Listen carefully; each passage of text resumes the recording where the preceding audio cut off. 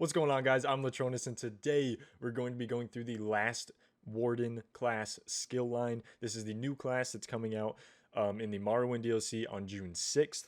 So the last skill line we're going to be going through is Winter's Embrace. We're going to go through all the skills like normal. We're going to go through the passives. We're going to go through the ultimate. I'm going to have some side commentary of what I think about these skills a little bit on the side. Hopefully not too much. Our last video was 20 minutes long, so I'm going to try to cut this one a little bit shorter than that. Hopefully we can get around 10 minutes. That would be perfect. So I'm going to go ahead and just read the description for this class, for this skill line, and then we'll jump right into all the skills. So this says, with Winter's Embrace, your Warden manipulates the cold to create defensive barriers and shields. This skill helps you weather your enemy's blows with abilities such as Frost Cloak or Crystallized Shield, and even allows you to heal yourself via Arctic Wind. All right, so we're going to go through active abilities first. First up, we have Frost Cloak, which simply says, wrap a thick cloak of ice around you and nearby allies within a 28-meter radius. 6 targets gain major resolve, increasing physical resistance, major ward, increasing spell resistance for 21 seconds. So basically, it's just a shield that goes around you. There's quite a few of them in the game. This is just one that's incorporated into the class, and it hits 6 people around you, so it's really cool. You don't have to go for a separate skill line that's not in your class. It's just built right in. The first morph is called Expansive Frost Cloak, which everything is the same except it is a lower magicka cost. So if you're a magicka user, you're definitely going to want to go with this morph because you're going to have a cloak on, you're going to be throwing off all your magicka abilities all the time. So having lower magicka cost is always a really great thing. The second morph is called Ice Fortress, and if you're a tank, this is definitely going to be the one that you're going to go for because you gain major protection, reducing incoming damage by 8% for 24 seconds. So it does all the things the original skill does, plus you get minor protection. So you give all your allies a shield, and you get a shield and an extra little shield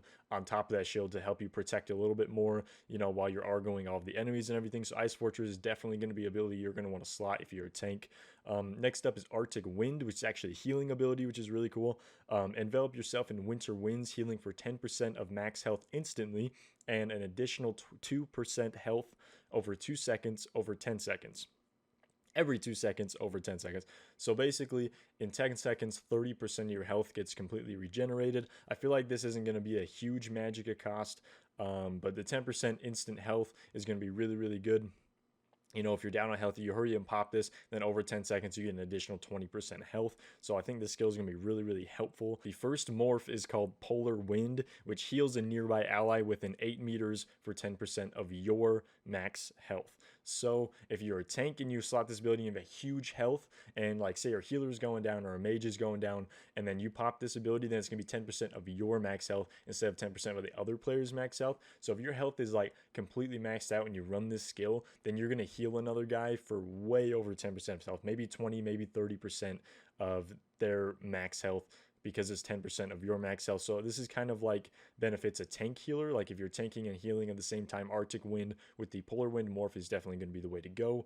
Next up, we have Arctic Blast, which everything is the same. It's just enemies in the area will take frost damage every 2 seconds over 10 seconds. So if you're mainly a healer and you're just looking for an extra heal spell and a little bit of damage on top of that, you're definitely going to want to run Arctic Blast because you just get a little bit of area effect damage. Next up, we have Impaling Shards, which is skewer enemies with icy shards in a 6-meter radius, dealing frost damage in the area to 6 targets every second over 12 seconds, and reducing movement speed by 30% for 3 seconds. Damage done is based on your max health. Again, this is a crazy awesome tank skill. It's super good crowd control. 6 targets, get damage every second over 12 seconds, and reduce movement speed for 30%. That's awesome. And if your health is huge because you're a tank, you're going to be doing a lot more damage than if you're like a stamina based or magicka based build. So this is definitely geared toward tanking class. The first morph on that is called Gripping Shards, which damage done is based on your max health just like before, and then on cast, enemies in the area also become immobilized for 3 seconds. So basically, you're damaging them, they're slowing down, they're getting rooted. It's everything a tank would want to do crowd control. It's super good spell. If you're a tank and you're a Warden, this is the spell you're definitely going to be wanting to run. Next morph is called Winter's Revenge, which damage done is based on your max health once more, and then it just has a lower magicka cost. So if you're really having trouble with magicka as a tank, or if you're a damage dealer and you just want to run this to have a little more crowd control, you're definitely going to want to go with the lower magicka cost just to save a little bit of resources, because I do believe this one costs quite a few resources to cast. All right, I'm going to cut in here real quick. The second morph actually has a 28-meter range to it, so if you're a mage, you definitely want to go with the second morph. Totally missed that it had a 28-meter range on it instead of just casting it right around you. So the first morph and the original spell just casts it in your immediate area, and the second morph actually gives you a 28-meter range so you can cast it. Super cool. If you're a mage, definitely want to go for that one. Or if you're a ranger or DPS and want some distance, definitely go with the second morph. Had to cut in there and say that. Go right back to the video. So the next skill up is called Crystallized Shield. It is spin a shield of ice around you to absorb projectiles. Each absorb restores magicka. Shield breaks after 3 projectiles. So this is kind of a shield for a ranged user. So if you're getting hit by a bunch of crap, archers and magic and stuff like that, you're going to want to throw the shield up. I feel like tanks could make use of it too, but I think the other shield is definitely going to be the one you're going to want to run instead of this shield. But if you're a ranged user like an archer or a magicka guy, then you're probably going to want to run this shield on some class if you're having trouble, staying up and staying alive. So the first morph is called Crystallized Slab. Which on each successful absorption, a projectile is sent to the enemy up to 28 meters away for frost damage. So it hits you, turns to frost, shoots straight back to them. It's pretty cool. It does a little bit of damage. Next morph we have Shimmering Shield, which you gain major heroism, increasing ultimate by 3 every 1.5 seconds for 6 seconds. So if you want to get up your ultimate faster, there's a few skills across all the Warden skill lines that boost ultimate. So if you're really into your ultimate, then you can run a bunch of those different skills and get your ultimate back up really, really fast. But personally, I would go for the Crystallized Slab to deal a little more damage to my enemies, because I feel like the ultimate is going to be up a lot anyway. I never have really a big problem getting my ultimate, but if you do, that's definitely going to be one you're going to want to go for. So next skill up is called Frozen Gate. Summon an ancient portal up to 28 meters away with a 5-meter radius. Enemies that run over it are teleported to you and rooted for 3 seconds. You can have only one portal at a time, and it is removed upon activation. This is the coolest skill ever. If a Nightblade in PvP is turning invisible and running away from you, and you see him appear, a ways off from you, you can throw this portal literally directly on him because it's 28 meters away. It has a really long range. You could throw it right in front of where he's running. He'll run into it and he'll teleport back to you so that you can kill him.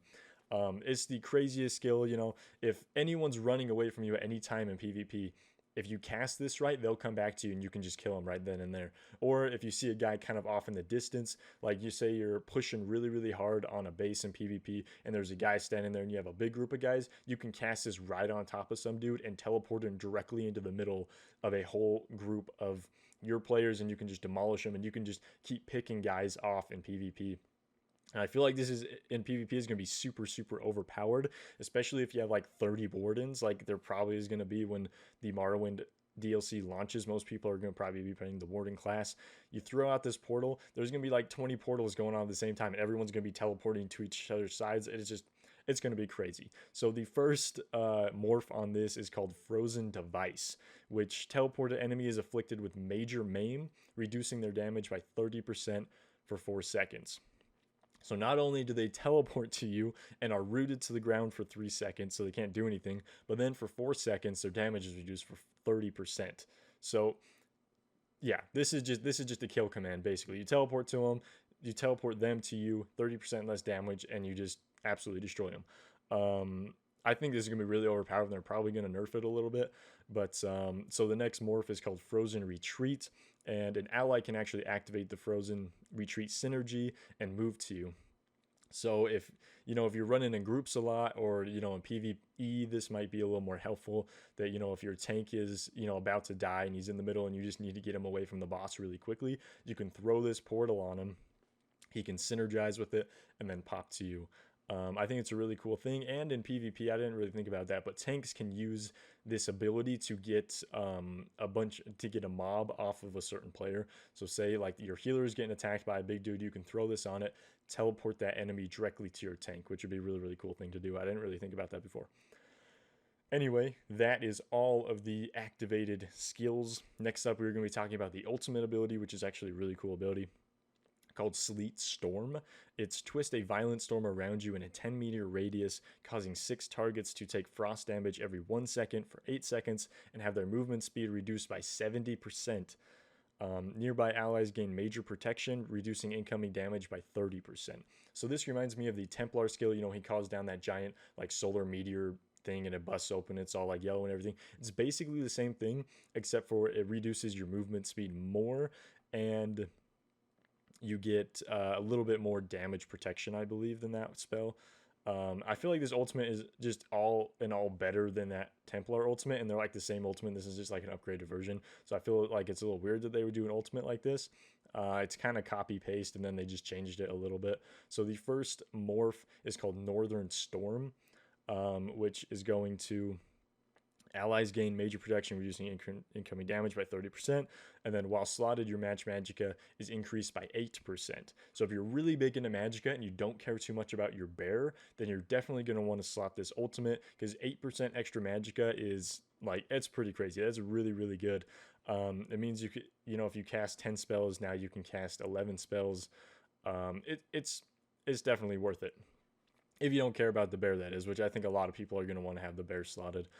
So the next morph for this is called Permafrost, which enemies damaged 3 times are stunned for 3 seconds. So if you're a tank, this would be a really cool thing to run, because you could drop it, and then if it's in like a bunch of enemies are in the same area, damage, and then they're stunned for 3 seconds. So it just helps you with a little bit of crowd control. Really, really cool. Next up, we're going to talk about the passives, and then we're going to be done. I don't know how long it's been. 13 minutes. Not too bad. So we're going to go to passive abilities, which is Glacial Presence is up first. Increased chance of applying chilled to enemies with Winter's Embrace abilities by 200%. So basically, any ability in Winter's Embrace has a pretty good chance of adding chilled to the target, which is super cool. Next up, we have Frozen Armor, which increases your physical by 500 for each Winter's Embrace ability slotted. So if you're really into a tank class, you're going to want to do Frozen Armor all the way, because it's going to up physical and spell resistance. That's like one of the best passives you could ask for if you're a tank. It just makes you more tanky, makes you what you want to be, basically. So the next passive is called Ice Aura, which reduce the effectiveness of snares applied to you by 15%.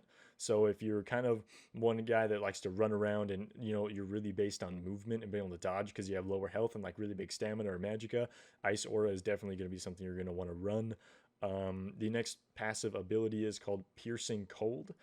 Increases your physical and frost damage by 6%. If you have a frost staff, like if you're running kind of like a mage class with a frost staff, or, you know, if you're running a bunch of these frost abilities as a tank, you're definitely going to want to have Piercing Cold completely maxed out. And if you're a tank, you're going to have Frozen Armor completely maxed out. So yeah, that is the entire Winter's Embrace skill line. It is the craziest skill line I think I've seen in the game so far. I kind of thought about doing a video of comparing a whole bunch of skill lines side by side and then choosing like the ultimate skill line in Elder Scrolls Online. And this will definitely be a contender for that. It has healing, has tanking, has shields, it has damage dealing abilities. Its ultimate ability is crazy. The passives are amazing if you want to be a tank. So if you want to be a tank, you can be a Warden and then just go straight to the Winter's Embrace skill line, and you will be easily one of the best tanks in the game. I mean, you know, they wanted to make this like a hybrid class, so it wasn't like the best at anything, but really good in all areas. And I think if you wanted to be a really good tank, you could choose a Warden and you could destroy tanking easily. I think this is going to rival the Dragon Knight pretty dang good. I mean, this is just all like theory in my head. We're going to have to actually see what the skills are when they launch. But this skill just looks really, really cool. So yeah, that's all I have for you guys today. If you enjoyed the video, go ahead and drop a like, subscribe to my channel. I have a bunch of other Elder Scrolls Online stuff over there. I also went through the Green Balance and the Animal Companion skill line. So if you're interested in that, I'll drop links either up here or down here in front of my face. I'll drop them somewhere. So you can click on those and watch those videos. They're really, really good. And I kind of do basically the same exact thing we just did. So yeah, hopefully you guys enjoyed. Drop a like rating, and I'll see you guys tomorrow with another video.